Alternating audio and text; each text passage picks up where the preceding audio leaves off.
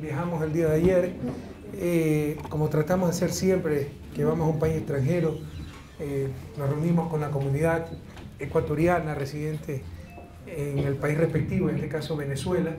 Quiero decirles que Venezuela es hay una inmensa cantidad de ecuatorianos, una gran comunidad ecuatoriana. Venezuela fue un sitio de migración de ecuatorianos allá por los años 70, muy importante. Entonces nos dio mucho gusto, realmente nunca habíamos tenido una reunión tan llena de detalles. Estaba toda una orquesta sinfónica del estado de Mérida, me parece, un coro, grupos, etc. El embajador se había empeñado muchísimo para recibir al presidente. Normalmente son reuniones muy informales, pero bueno, la pasamos muy bonito. Luego, pues, de tarde fue en el Teatro Teresa Carreño la inauguración de la cumbre de la CELAC, y luego fuimos al Fuerte Tiuna, donde eran las plenarias. Se atrasó un poco el horario, por eso de noche teníamos reunión en Azul y fue postergada para el mes de marzo en Paraguay. En todo caso, ustedes saben, se retransmitió la intervención del Ecuador. Nos enfocamos en dos aspectos en esta intervención. Básicamente, la necesidad de un nuevo sistema interamericano. No nos engañemos, lo que tenemos actualmente no es eficiente, no es confiable. ¿De qué sistema interamericano podemos hablar si hay un bloqueo contra un miembro del sistema interamericano, Cuba, atentando a todo el derecho, no solo interamericano, internacional? Eso ya ni se toca en OEA, ya es como una ley física, ya es como que si nos acostumbramos, ya no hay ni qué reclamar, ni qué discutir, eso tiene que ser así, es inadmisible. ¿De qué sistema interamericano estamos hablando si cuando se tuvo que poner en práctica en la Guerra de las Malvinas, en el año 1981, por medio del TIAR, Tratado Interamericano de Asistencia Recíproca, Estados Unidos apoyó al país extrarregional, Inglaterra? Entonces no nos engañemos, eso tiene un sesgo anglosajón terrible, ha tenido un peso gravitante. Estados Unidos ha utilizado al sistema interamericano no solo en función de sus conveniencias, esto no se trata de ser bueno o malo, sino en función de sus visiones, de sus instituciones, de sus principios, de sus valores, que creen que son universales y no tienen por qué serlo. Lo que es cierto allá no tiene por qué ser cierto aquí. Allá despenalizaron la injuria, maravilloso, bien por ello. Bueno, si hay que imitar todo lo que hace Estados Unidos, acá penalicemos no darle comer al perro, porque ustedes en Nueva York se van presos si maltratan a su perro. Entonces, no todo es universal, no todo es generalizable. Aprendamos a pensar por nuestros propios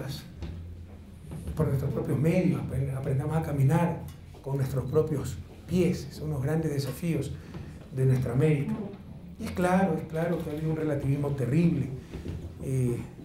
Ahora, la Comisión Interamericana de Derechos Humanos tiene su sede en Washington y Estados Unidos no reconoce a la Comisión porque no ha firmado el Pacto de San José.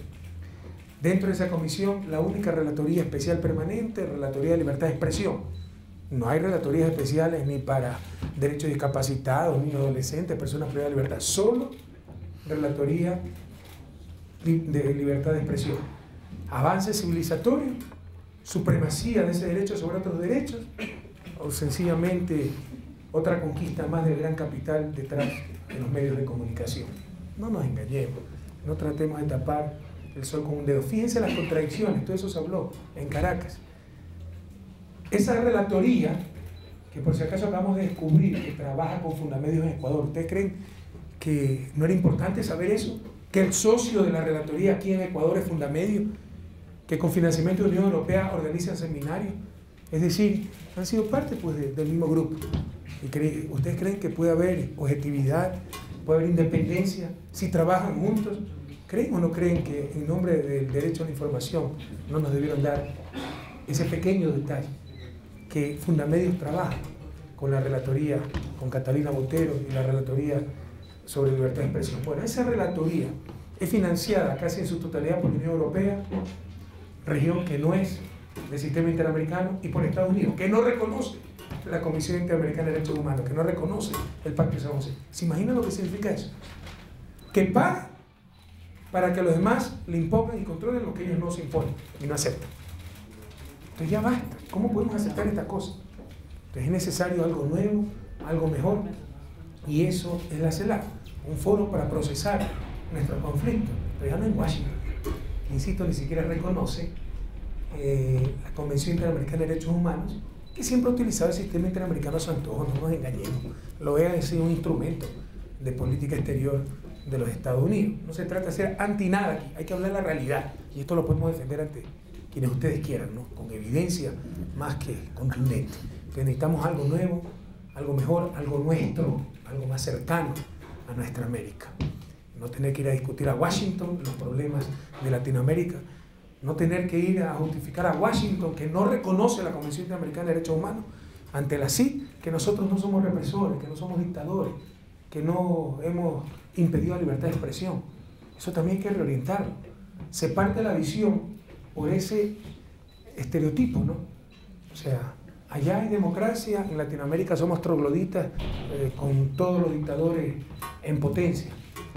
Todo presidente es un dictador en potencia en Latinoamérica. Todo el mundo es culpable, es sospechoso hasta que demuestre lo contrario. Demostrar lo contrario es someterse a todos los mandados del exterior, ¿no? Eso no lo van a lograr con la América del siglo XXI, con nuestra América del siglo XXI. En todo caso, resulta que ahora los gobiernos democráticos tenemos que irnos a defender a Washington, que no reconoce el sistema interamericano de derechos humanos, de la acusación de ONGs formadas por los propios medios y que trabajan con la relatoría y con la comisión. ¿Hasta cuándo? ¿Hasta cuándo? Y parten de la visión de que el Estado es el único que puede atentar contra derechos humanos y el poder informativo no puede atentar contra esos derechos, empezando contra los derechos humanos de las personas que administramos los estados. Porque somos personas, tenemos derechos humanos, derecho a la honra, reputación reconocido por el Pacto de San José. Ustedes han visto el linchamiento mediático que se hizo al juez de primera instancia que osó sentenciar contra Diario El Universo.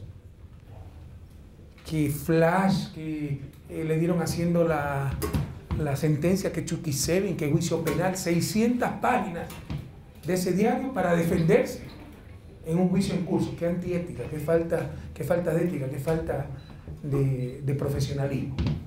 Bueno, el poder informativo puede atentar contra los derechos humanos, el poder económico puede atentar contra los derechos humanos, la farmacéutica, que desarrollen un medicamento y para recuperar la inversión, si usted no tiene plata, muérase, pero a mí me tienen que pagar y recuperar mi inversión, el capital sobre el ser humano. Entonces hay que romper esa visión heredada de las épocas de la dictadura o de las dictaduras de América Latina, con que se enfocaron los derechos humanos, que el Estado es el único que puede atentar contra los derechos humanos, que todo Estado es culpable hasta que demuestre lo contrario, y entender que cualquier poder puede atentar contra los derechos humanos. Y hay poderes fácticos en América Latina que diariamente atentan contra esos derechos. Y paradójicamente son esos poderes fácticos que apoyaban a las dictaduras, porque los medios de comunicación en América Latina apoyaron a las dictaduras, como la propia OEA ha dicho de paso, los que ahora llevan al banquillo de los acusados a gobiernos con una legitimidad democrática inmensa, que lo que tratamos es de liberar a los estados de esos poderes fácticos. Vaya paradoja, se necesita algo nuevo y algo mejor. Eso lo hemos propuesto en Caracas. Como también propusimos el problema que no es latinoamericano, no es regional, es planetario. Por favor, dense en cuenta. ¿Qué es lo que está sucediendo? Se nos han apropiado, nos han robado la libertad de expresión, la han privatizado, el gran capital por medio de sus medios. La libertad de expresión es de todos. Es que cualquiera de ustedes puede exponer su idea libremente. ¿Quién no lo puede hacer en este país? Pero como dice la Constitución, con responsabilidad ulterior, como dice cualquier principio ético, cualquier principio de la verdad de libertad, no hay libertad sin responsabilidad. Entonces, con responsabilidad ulterior. Y eso es lo que no quieren ciertos medios para seguir abusando de su poder informativo. Y nos convencen que eso es libertad de expresión. Entonces, esto es un problema planetario.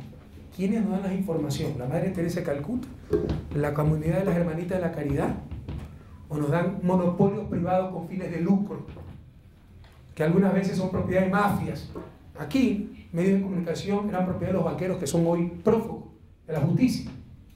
Ha habido medios de comunicación en América Latina vinculados al narcotráfico, etc. Pero el mejor patente corso para que un empresario se ponga por encima del bien y del mal es poner un medio de comunicación y volverse periodista. Entonces ya no se lo puede juzgar, ya no es evasor de impuestos, ya no es explotador laboral, nada. Ya está por encima del bien y del mal. Basta, pues. Basta de tanta farsa, basta de tanto engaño social. Entonces, todo eso hemos manifestado en Caracas. El problema fundamental son esos monopolios privados con fines de lucro, frecuentemente corrompidos, frecuentemente con conflictos de intereses. ¿Ustedes creen que los canales propios de los banqueros van a informar objetivamente sobre la banca? ¿Ustedes creen que los 3 medios que eran socios de operadores internacionales para la telefonía celular, la telefonía móvil a inicios de los 90, iban a informar objetivamente sobre esa negociación que fue nefasta para el país? 15 años de concesión, 7.000 millones de dólares en ventas y para el país alrededor de 100 millones. ¡Qué estafa! ¿Ustedes creen que iban a informar objetivamente? Entonces ese es el problema. Monopolios privados con fines de lucro, no con el fin de informar, fin de lucro, con conflictos de intereses, muchas veces corruptos, muchas veces con una ética bastante cuestionable. Aquí hay periódicos propiedad de altos funcionarios del gobierno de Félix Cordero, un gobierno absolutamente represor, que sí atentaba, ese sí, a los derechos humanos. Y ahora, como es dueño de un periódico, tenemos que olvidarnos de eso. Y su hijo, porque todo se maneja familiarmente, ni siquiera corporativamente, el director, me parece, del periódico, hace poco estuvo en España acusando al Ecuador de atentado a la libertad de expresión. ¿Hasta cuándo? Entonces, ese es el problema de base. Negocios privados, con fines de lucro, con poder, son pocos, actúan colusoriamente. Lo que pasó el 10 de agosto, que los 5 miembros de la ADEC, periódicos de la ADEC, sacaron la misma portada, en 2 colores, por la libertad de expresión. Eso demuestra poder colusorio. Eso es la antítesis de la competencia, donde se supone que no se puede llegar a esos acuerdos. Entonces tenemos monopolios privados, oligopolios con poder colusorio, manejando un bien tan trascendental como la información en una sociedad. Ustedes saben el poder que tiene esa gente. Y quieren que no haya control social sobre ese poder. Ilegítimo y muchas veces corrupto, corrompido. Ya no podemos seguirnos engañando. Gracias a Dios, nuestra América está viendo otra época, para bien o para mal. Tengan la seguridad que tienen un presidente que no tiene temor de hablar con la verdad, y podemos respaldar esta verdad ante quien sea, con argumentos, racionalmente, no visceralmente. No podemos depender de negocios privados con fines de lucro, con claros conflictos de intereses, muchas veces corruptos, muchas veces propiedad de grupos terriblemente cuestionados, y que creen que por ser negocios privados, como si estuvieran vendiendo corbatas, pueden decir a quién venderle, a quién no venderle, cuándo vender, etc. La información es otra cosa, es un bien público básico para el desarrollo, para la democracia, que perjudica o beneficia a toda la sociedad. Debe haber control social sobre ese bien tan importante y sobre los negocios privados que proveen ese bien, y que ahora atentan contra los gobiernos progresistas de la región. Porque ustedes escuchan algún gobierno de derecha que se ha cuestionado por la prensa. Somos siempre los gobiernos de izquierda los que atentamos contra la libertad de expresión, autoritarios, dictadores. ¿Creen que es coincidencia?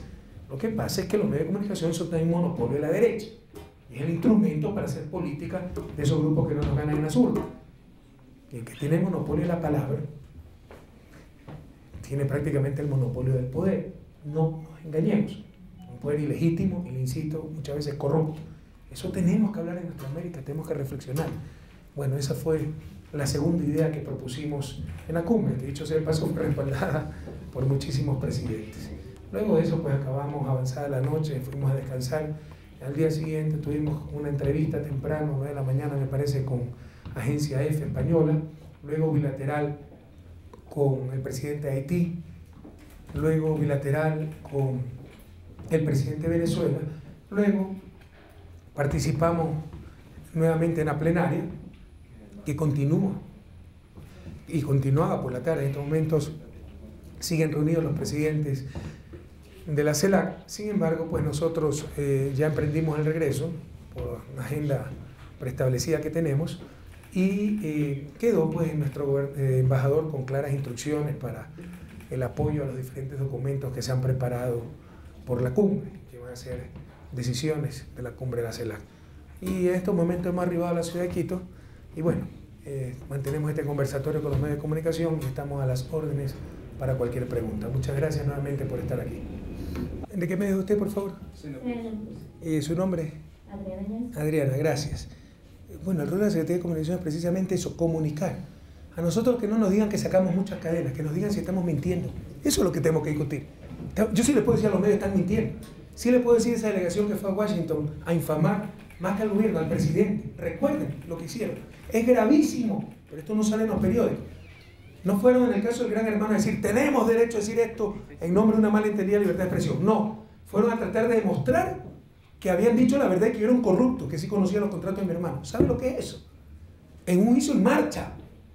Fueron a tratar de demostrar allá que son inocentes y que el corrupto soy yo. No fueron a defender la libertad de expresión, fueron a tratar de demostrar que el presidente es un sinvergüenza para poder ganar el juicio que se le ha implantado en Ecuador. Entonces, esas son mentiras. A nosotros que nos digan si estamos mintiendo. Es nuestro derecho y nuestro deber informar al pueblo ecuatoriano. Por si acaso esas cadenas cuestan cero, porque otras barbaridades, el costo de la cadena cuestan cero. Es derecho legal que tiene el gobierno nacional. Si no fuera algo adecuado, algo correcto para los gobiernos, ¿por qué? Pues está en la ley. Está en la ley. Y estamos utilizando ese derecho establecido en la ley. Y probablemente tendríamos que utilizar menos ese derecho si tuviéramos una prensa algo decente que publicara la verdad, o al menos cuando se equivocan o mienten, rectificaran las mentiras. Pero nunca lo hacen. Yo les puedo mostrar pues el cerro de cartas que tenemos de rectificaciones que nunca las aceptan. Practicando lo que supuestamente condenan, la censura previa. Porque ahí sí, si ponemos, por ejemplo, y ese artículo de mala fe, y no lo publicamos por términos ofensivos, injuriosos, pero sí publican comunicados donde se le dice al presidente corrupto, sinvergüenza. Entonces claramente hay una mala fe, hay censura previa, hay manipulación de la información. Eso exige que debamos hacer muchas más cadenas. Y esas cadenas ya las teníamos en el gobierno, con todas las mentiras que ha dicho la prensa. Y le insisto, son gratuitas, son un derecho establecido en la ley, y que no nos digan que hay muchas cadenas, que nos digan si estamos mintiendo. Ese debe ser el debate. Y sobre lo que digo, debe decir la Comisión esta de Derechos Colectivos, eso no tiene ninguna legitimidad, no tiene ninguna solvencia moral esa comisión dominada por la oposición, que cualquier cosa puede decir, incluso un tema tan serio como la libertad de expresión, lo van a politizar. Quiero decirles algo, a los autores del Gran Hermano no se los está acusando por periodistas. ¿Qué pasa si los autores de ese libro no eran periodistas? Entonces ahí no era atentado a la libertad de expresión, si eran boy scouts, si eran abogados, si eran doctores, taxistas. Entonces ya no es atentado a la libertad de expresión, pero si los autores son periodistas, atentado a la libertad de expresión, absurdo. Y no se los está, como la mala fe quiere hacer creer, enjuiciando por decir la verdad. Es decir, la investigación que hicieron sobre los contratos de Fabrizio Correa, maravilloso. Es por mentir, por la mala fe de que, bueno, tenemos todo esto contra Fabrizio Correa, pero Fabrizio Correa es un pez pequeñito, ¿no? Hay que ir atrás del pez gordo, que es el presidente. Entonces, la foto del presidente en la portada, lo cual también es ilegítimo. Tienen que pedir autorización para eso. Vayan a otros países y pregunten. La Constitución protege la imagen de las personas. Llamarlo el Gran Hermano, el Gran Hermano del presidente, y aseverar que yo sabía. Y lean el libro, porque cómo miente. Pero se los está acusando por algo que dijo Fabrizio Correa. No, ellos lo dijeron. Ahí está. No dicen de acuerdo a Fabrizio Correa. No, dicen el presidente sí conocía todos los contratos. Y luego se ratifican en el mismo libro. Y lo han ratificado en entrevistas. Así que no vengan con mentiras, no sean cobardes. Acepten su responsabilidad. Ellos afirmaron, ¿no?, independientemente de lo que decía Fabrizio Correa, que además debió haber sido totalmente irrelevante si era el acusado. Entonces, cuando le conviene le creen, y cuando le conviene no le creen. Absurdo, antiético. Entonces, era irrelevante, pero no dice Fabrizio, no. El presidente sí conocía de todos los contratos. Y me hacen aparecer como un mentiroso y un corrupto. Bueno, que demuestren eso en un juicio, que demuestren si yo conocía todos los contratos. Entonces, que no nos vengan ahora con cobardía, como están tratando de hacer creer, que no, que ellos dicen que Fabrizio Correa dijo. No, ellos lo dicen y lo repitieron en entrevista. Ya basta de tanta mentira. Ellos no están acusados por haber investigado los contratos de Fabrizio Correa. Es una mentira monstruosa de la prensa para defender la argolla. Ellos están acusados por haber lanzado una infamia, que el presidente Rafael Correa conocía de esos contratos y no he conocido de esos contratos, como ya he declarado incluso bajo juramento. Si hubiera conocido los contratos, no debería ser presidente, debe haber sido destituido por la Asamblea Nacional. Entonces ya basta de tantas mentiras. Nosotros siempre estamos abiertos al diálogo. Creemos que con los conflictos perdemos todos. Pierde el gobierno, pero también pierden los transportistas, porque aplicaremos la ley, quitaremos frecuencia. ¿Usted sabe cuánta gente quiere operar? Tiene buses comprados que no tienen frecuencia, no tiene cómo operar. Entonces es maravilloso. Si ellos no quieren trabajar, vendrá gente que sí quiere trabajar. No hay argumentos. Es un grupo que quiere hacer la oposición al gobierno. Porque no somos gente insensata. Es cierto que hace 8 años está congelada las tarifas. Pero como hemos repetido en varias ocasiones, es cierto también que hay una gran ineficiencia en el transporte público, urbano, provincial, buses semivacíos. Entonces tienen que ser más eficientes, tienen que pasar del concepto de transportista al concepto de empresario del transporte. Entonces unirse 4 transportistas, cada uno con una unidad y un chofer, y tener una sola unidad buena, nueva, un solo chofer, llena, y verán que bajan los costos y no se requiere incrementar la tarifa. Estamos dando exoneraciones, en la reforma tributaria hay exoneraciones tributarias para el sector transporte, como compensación. Estamos reconociendo cosas razonables. Por ejemplo, una mala costumbre, la demagogia, la ligereza de siempre, la clase política, son los campeones en otorgar derechos, pero que paguen los otros. Entonces, que los niños menores de 12 años paguen mitad del pasaje, maravilloso, ¿quién va a estar en contra de eso? Que los adultos mayores paguen mitad del pasaje, maravilloso, ¿quién va a estar en contra de eso? Pero que paguen los transportistas, que es el sector privado. Es como que yo les diga, tenemos derecho a la medicina, vayan a la apoteca más cercana y que les venden a la mitad las medicinas. Absurdo. Tiene el Estado que cubrir ese dinero, porque es el Estado el que debe garantizar los derechos. Entonces estamos dispuestos, el problema es técnico, ¿no? Estamos desarrollando los procedimientos para poder hacerlo, estamos dispuestos a reconocer el subsidio para menores de edad, para adultos de la tercera edad y compensar con ello a los transportistas y que de esa manera no suban los pasajes. Las conversaciones están muy avanzadas.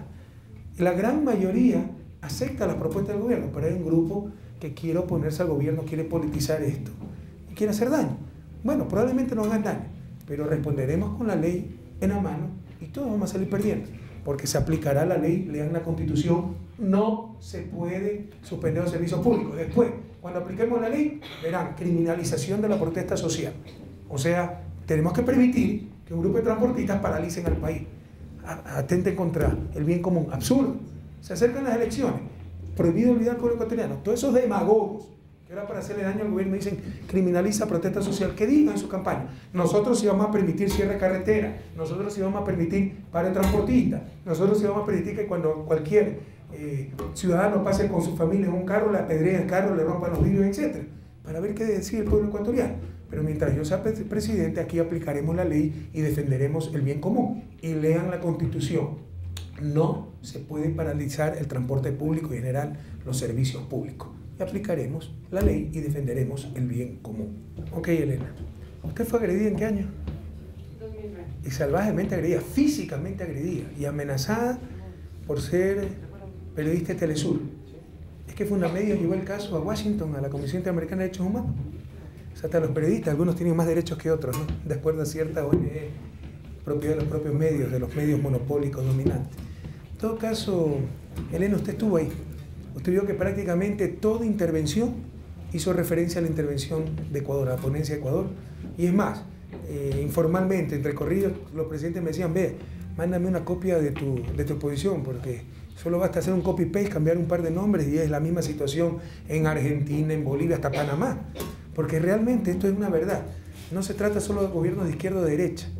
Se trata de que ese poder, llamado medios de comunicación, tienen que destruir todo para ser ellos la única referencia y así tener más poder. Se ha planteado el problema y es un paso adelante.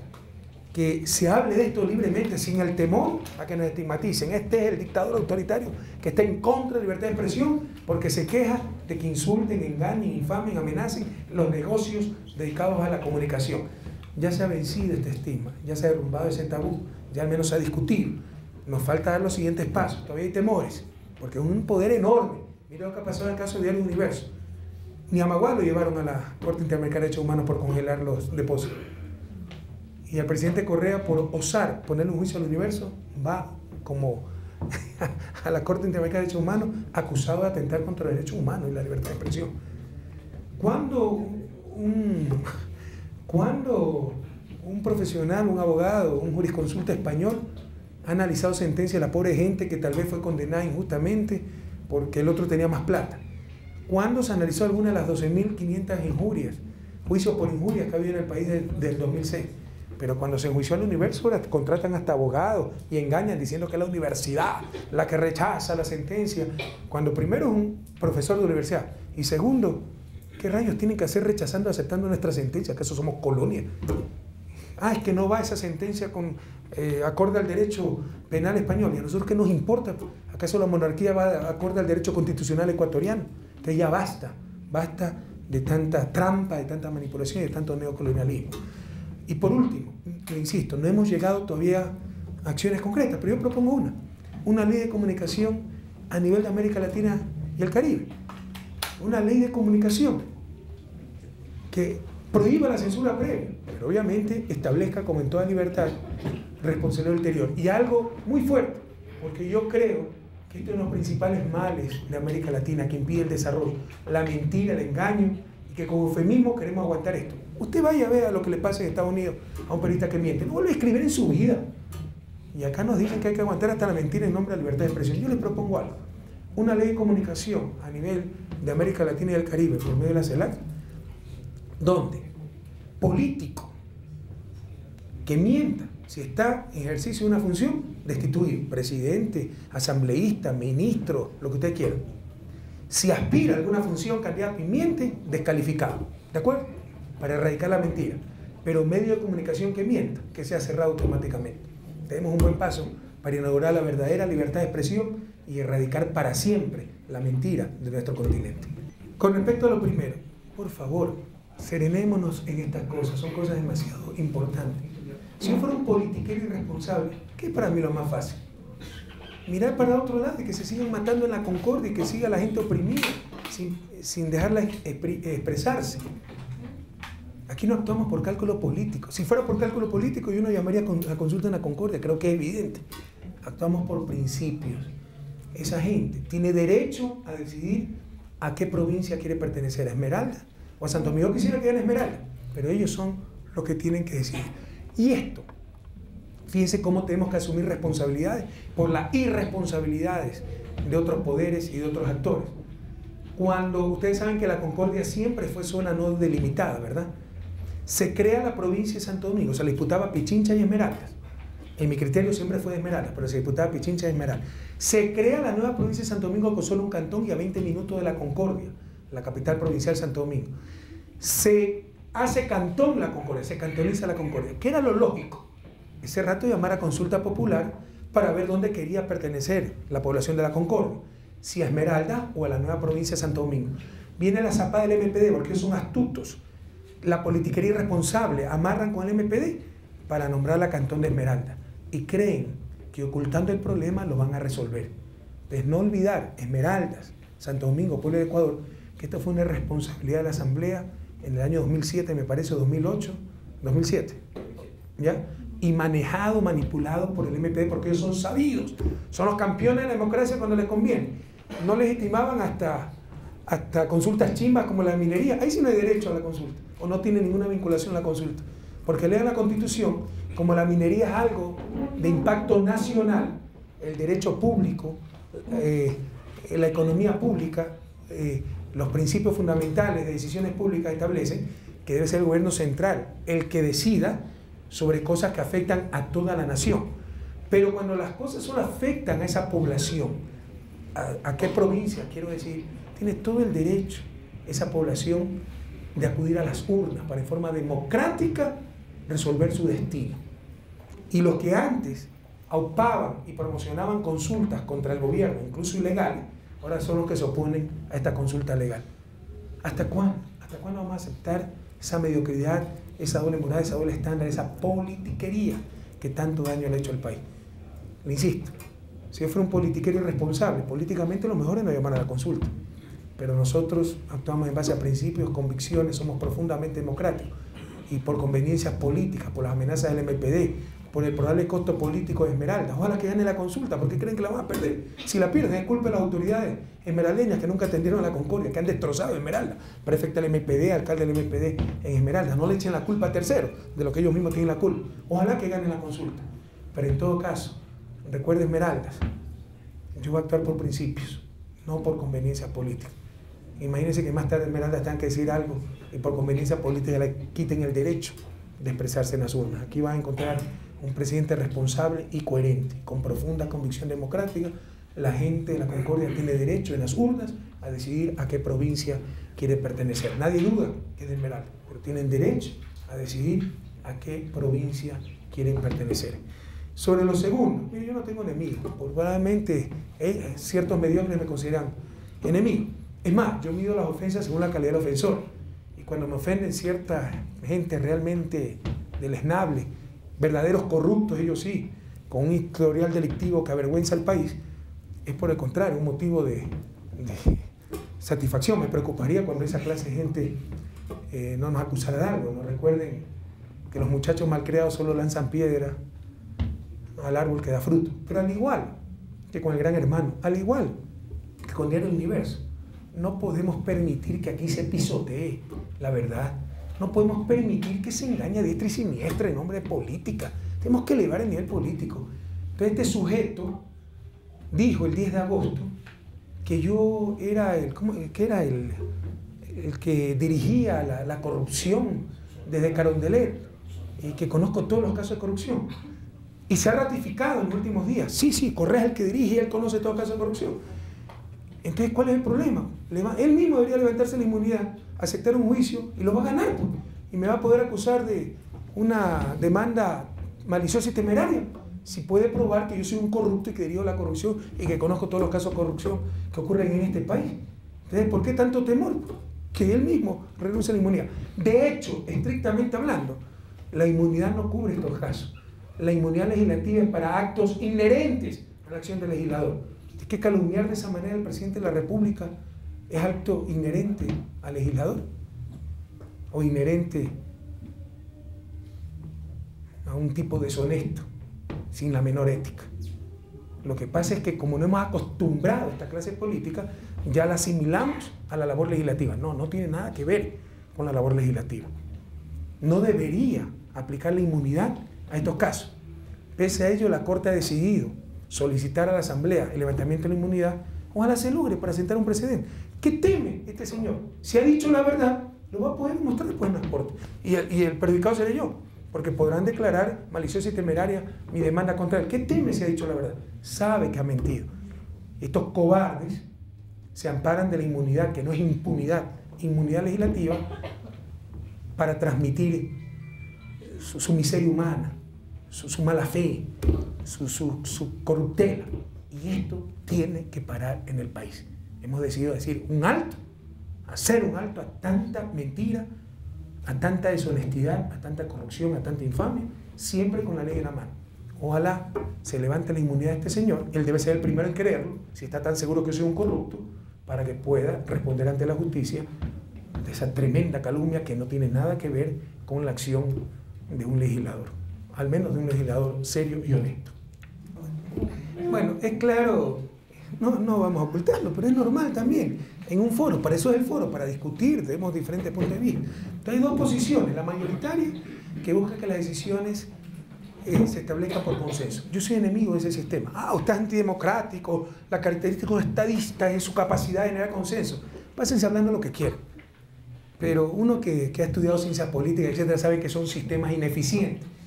Porque consenso, que significa unanimidad en un grupo poblacional, implica capacidad de veto. Implica que uno que no esté de acuerdo y ya para a todo el grupo. Esto no funciona en ningún condominio. Pregúntate si los condóminos se reúnen 30 condóminos y por unanimidad. No resuelven nada. Es por mayoría, ¿no? Puede ser mayoría calificada, 3/4, 4/5, pero por mayoría. Si no hay derecho, hay poder de veto. Entonces basta con que uno de los 33 países, y hay países miembros de la Commonwealth, ¿ya?, respondan otros intereses extrarregionales para que nos boicoteen toda la CELAC todo el tiempo, si aceptamos la regla de consenso. Entonces nosotros hemos propuesto, sí, en general, buscar el consenso y que las cosas se aprueben por consenso, pero como en OEA, excepcionalmente, que se aprueben por una mayoría, si quieren mayoría calificada, 3/4, 4/5. Pero le insisto, el principio del consenso implica poder de veto, y eso es tremendamente peligroso, y mientras más grande el grupo, más peligroso. Otra cosa es que seamos 3 países, en la comunidad andina 4 países, en UNASUR 12 países, otra cosa es que seamos 33 países. Lograr consenso en todas las cosas todo el tiempo es una tarea prácticamente imposible, y para hacerlo habrá que reducir la contundencia de las decisiones, y va a ser nuevamente un foro sin trascendencia, y nadie quiere aquello. Entonces creemos que es un error, pero está debatiéndose y obviamente pues lo hacemos en forma democrática. Dicho sea de paso, con la regla del consenso, bastaría que Ecuador se oponga para que no se apruebe la forma de votación. Ustedes ven el problema del consenso. Consenso es unanimidad en un grupo poblacional. No es una amplia mayoría, es unanimidad. Si quieren definir consenso como amplia mayoría, estamos totalmente de acuerdo, pero definámoslo así, porque si no después se puede tergiversar y decir, o realmente más que tergiversar, volver a su definición en español, que es unanimidad en un grupo poblacional. Y como no logramos consenso, como no logramos acuerdo, esto se decidirá en la cumbre en Chile. Sobre el segundo punto, sí, nos damos cuenta que la prensa corrupta, y lo dije yo, ¿no? Y lo ratificaron los presidentes, no es solo patrimonio del Ecuador, sino de toda América Latina, es un problema. Quité de Diario Nacional, opositor a Chávez, columna de opinión. Entonces ahora la nueva moda, nos etiquetemos de opinión cualquier calumnia, y como es opinión, el rato en que alguien se ponga bravo, está persiguiendo la opinión. No vengan con cuentos. Al menos si han estudiado algo de periodismo deben saber diferenciar entre opinión y afirmar algo que no es cierto. Cuando Emilio Palacio, en su columna de opinión, entre comillas, me acusa de haber disparado a discreción y sin previo aviso en un hospital de bienes civiles, eso no es opinión, pues. Eso es calumnia. Es afirmar algo que no puede comprobar, que no ha sido cierto. Entonces, pero le llaman opinión. O sea, así nos engañamos, ¿no? A cualquier abuso laboral le llamamos conquista laboral, hay que permitir el abuso. Ya basta de esos engaños sociales. En todo caso, ¿qué es lo que dice este periódico? ¡Qué barbaridad! Dice, las pancartas que los venezolanos colocaron ayer en Avenida y Calle de Caracas, que sinceramente no vi por ningún lado, vimos muchos grupos ovacionando, apoyando a los presidentes de América Latina y el Caribe, y Calle de Caracas pidiendo, entre comillas, Fidel Castro devuelve 22.000 millones de dólares a los venezolanos. Otras comillas, Evo Morales devuelve 4.000 millones.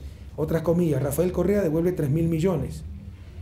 Decían y dicen mucho de lo que los venezolanos honestos piensan del gobierno de Chávez. Y añade este periódico, los reclamos de los indignados venezolanos en ningún momento estaban dirigidos a todos los mandatarios visitantes, sino al cuarteto de vampiros que le chupan petróleo al presupuesto venezolano y no pagan nunca. Cuba, Bolivia, Ecuador y Nicaragua. O sea, de acuerdo a este diario, nosotros, Venezuela nos ha regalado o nos ha dado y no hemos pagado 3.000 millones de dólares. Ecuatorianos, latinoamericanos, venezolanos, para que vean quiénes son los vampiros que chupan petróleo, sangre, que chupan la verdad, que chupan nuestras democracias. Yo invito al Nacional a que demuestre que debemos 3.000 millones a Venezuela, que demuestre que debemos 300 millones, que demuestre que debemos, aunque sea 30 millones. Si no lo logran demostrar, que sepan cómo le mienten al pueblo venezolano y al pueblo latinoamericano. De una otra grosera mentira, dicha como opinión y en nombre de la libertad de expresión. O sea, opinar es mentir, engañar. Si tienen la razón, ¿por qué tienen que mentir? Entonces ratifico una vez más que la razón la tenemos los gobiernos progresistas, dignos, que damos hasta la vida, todo nuestro esfuerzo por cambiar nuestra América. Y que los chupasangre y los vampiros son otros, entre ellos cierta prensa corrupta de América Latina. Muchas gracias.